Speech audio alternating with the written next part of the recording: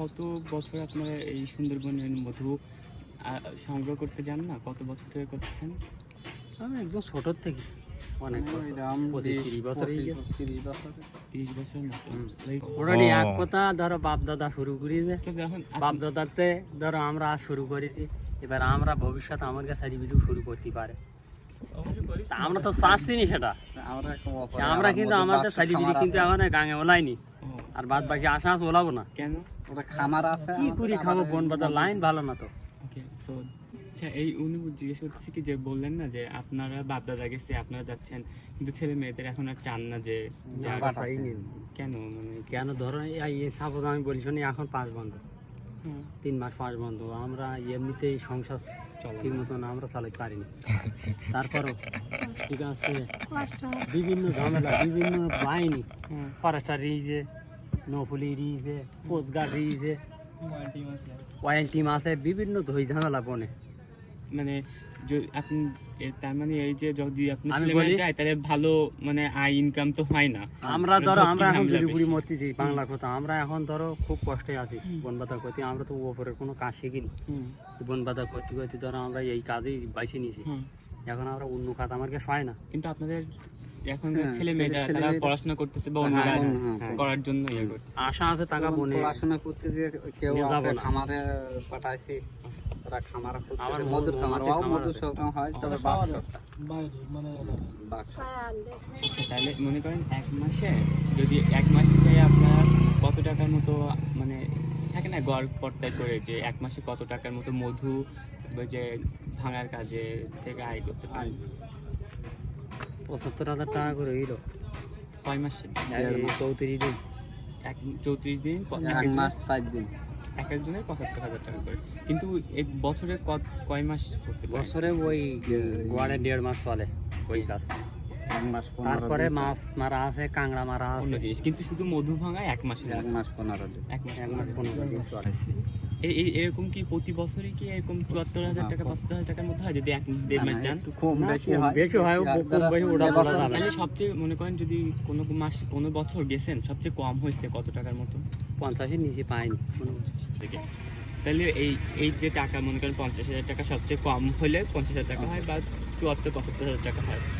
এটা কি আগের চেয়ে বাড়ছে নাকি কমে গেছে? আগের থেকে একটু বাড়ছে, মানে মধুর দাম দামটা আগে কি কম ছিল মধুর দাম? কম ছিল। আগে কি বলুন? মধু এখন যদি এই চিনির জগৎ না থাকতো, 2000 টাকা চিনি জালতে চিনি জালতে তো মধু বানাচ্ছে, মানে এই 2 চিনি নম্বর জালতে পারছে 2 নম্বর দিয়ে না থাকছে তো মধু 2000 টাকা কেজি বিক্রি হতো। কিন্তু এখন কত? এখন একটু কমিয়েছে চিনি জাল দেবা, এখন আমাদের বলা যায় না, 1000, 1200, 800 যার যার কাজ যেরকম পারা যায়।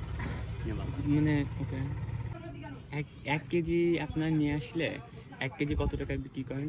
1 কেজি ধরে এখন বর্তমান ছিল 1000 টাকা, আগে ছিল 600 টাকা, 500 টাকা। ও, আপনার কি হচ্ছে ওই সুন্দরবনে যাওয়ার মধু ভাঙার পারমিশন আছে? হ্যাঁ, পারমিশন নিয়ে তো যাইতে হয়, পারমিশন নিয়ে। কোথায় থেকে? ও ফরেস্টার অফিস আছে, সরকারের প্রশাসন আছে, সেখান থেকে পারমিট করা লাগে। এটা কি প্রতি বছর করতে হয়? প্রত্যেক বছর। আর টাকা পয়সা লাগে না? হ্যাঁ, টাকা পয়সা লাগে। কত টাকা লাগে? ধরো এবছর কত কিনল? এবছর 8,000 টাকা কিনল, 5 পিসি মানে 17,500 টাকা দুগুণ পাশে। So they have permission and the rules is like you have to go to the forestry office to take the permission like after 15 days. After 15 days. Yeah, in a year 3 times. One person can get permission for going to Sundarban 3 times. 1 year. And for 15 days, if you want to go 15 days, one permission, they charge around 1,400. 1,400. Okay. And আচ্ছা, জিজ্ঞেস করতেছি যে আপনারা যে সুন্দরবনের মধুই করতে চান, এরকম মনে করেন বাড়ি করতে ইয়া করে, কিন্তু আপনাদের কি আলাদা কোনো কৌশল আছে যে যা দিয়ে আমরা আপনারা জমা করি? ওই যে ওই বক্স টক্স নিয়ে? না না না, মানে শুকনো, মানে পাতা না তাও তো শুকনো, হ্যাঁ, ওই যে সুন্দর করে ধরেই দিলি পাইছো কি? কাঁচা পাতা টাতা দিয়ে ভিতরে শুকনো দেয়, উপরে কাঁচা। ইয়ে করলে ধোঁয়া হয়, আগুন জ্বলে না, ধোঁয়া হয়, ধোঁয়া टमाटर साके তোমার আইলে পার মাছি কি করে শুধুমাত্র এই করেন, অন্য কোনো না এই ছাড়া আমরা অন্য কোনো পদ্ধতি ওখানে কোনো বাক্স থাকে না, ওখানে সুন্দরবনে কোনো বাক্স থাকে না। আচ্ছা, ওনারা বলে জিজ্ঞেস করতেছি, এমনি হচ্ছে আপনারা সাধারণভাবে মানে থাকে না মানুষের শখ যে আমরা কাজের ফাঁকে বা কাজ যখন না থাকে অবসর সময় এই করি, কি করেন আপনারা? অবশ্য ধরেন ওই সময় তো ধরো সারাদিন জঙ্গলে থাকতে হয়, মানে যত হাঁটবেন তত হয়তো মধু আশা করা যায় পাবো, খুব বেশি সময় দেওয়া হয় না, সকালে উঠতে হয়। না মানে কিন্তু ওনারা বলতেছে যে যেমন আমি বলছিলাম সিনেমা দেখতে যাওয়ার কথা, বলছি সিনেমা হল তো আমাদের এখানে নেই। আছে তা বন্ধ।